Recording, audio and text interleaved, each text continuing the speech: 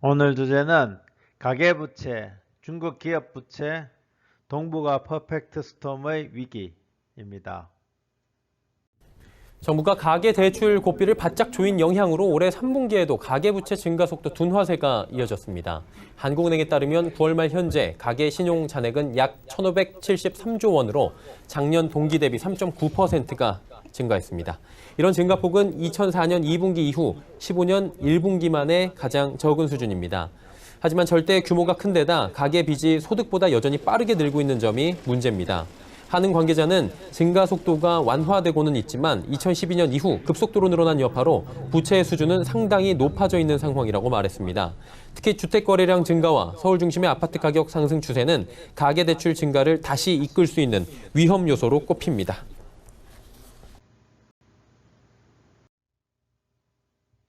뉴스에서 보시는 바와 같이 자영업 및 가계대출 규모가 눈덩이처럼 급증하였습니다.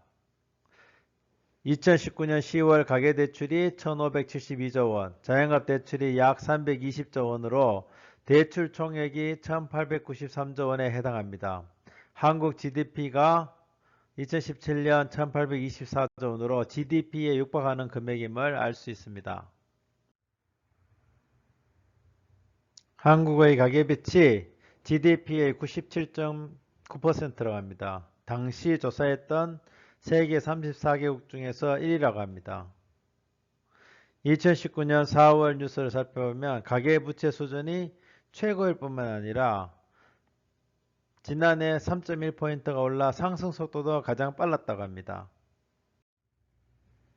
문제는 빚을 갚을 능력을 측정하는 처분 가능 소득 대비 가계부채 비율입니다. 이 값은 꾸준히 증가하였습니다.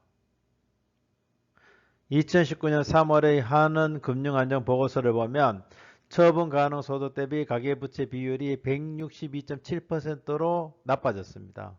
즉 소득으로 빚을 갚는 것은 거의 불가능한 상황에 도달한 것입니다. 이러한 가계부채는 경기 악화로 부실 위험이 점점 더 커지고 있습니다. 2019년 10월 뉴스에 따르면 내수 부진으로 가계부채의 질적인 악화가 빠르게 진행되어 위험 가구가 급증하고 있습니다. 그림과 같이 가계부채에 발목 잡힌 한국 경제는 증가하는 가계부채 규모, 악화되는 처분 가능 소득 대비 가계부채 비율에 의해 가계부채발 금융위기 가능성이 계속 증가하고 있습니다. 한국경제뉴스에서도 한국, 중국 동반 칵테일 위기 가능성이라는 말이 나올 정도로 한국의 가계부채 위기는 더욱더 심각해지고 있습니다. 급증하는 부채에 의해서 한국과 중국의 공멸위기 가능성이 점점점 높아지고 있습니다. 먼저 중국을 보면 유령 도시로 대표되는 경제 부실화가 진행되고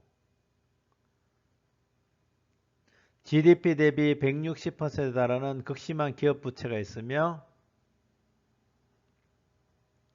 최근에는 중국의 가계부채도 급증하고 있다고 합니다. 한국의 경우에는 가계부채가 사상 최대이고 가계부채 증가율이 중국에 이어서 세계 2위라고 합니다. 이와 같이 한국과 중국의 부채 문제는 점점 심각해지고 있습니다.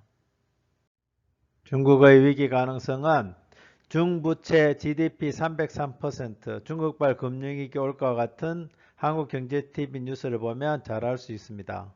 그에 반해서 한국의 경우에는 부동산 시장 버블 붕괴 시대에 진입했나와 같이 부동산에 심각한 문제가 발생할 수 있습니다. 동북아시아는 퍼펙트 스톰에 진입하고 있습니다.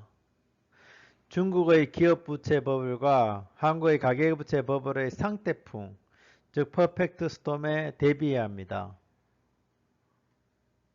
특히 일본의 GDP 대비 230%를 넘는 국가부채 버블까지 폭발한다면 완전한 아마겟돈이 동북아시아에서 발생할 수 있습니다.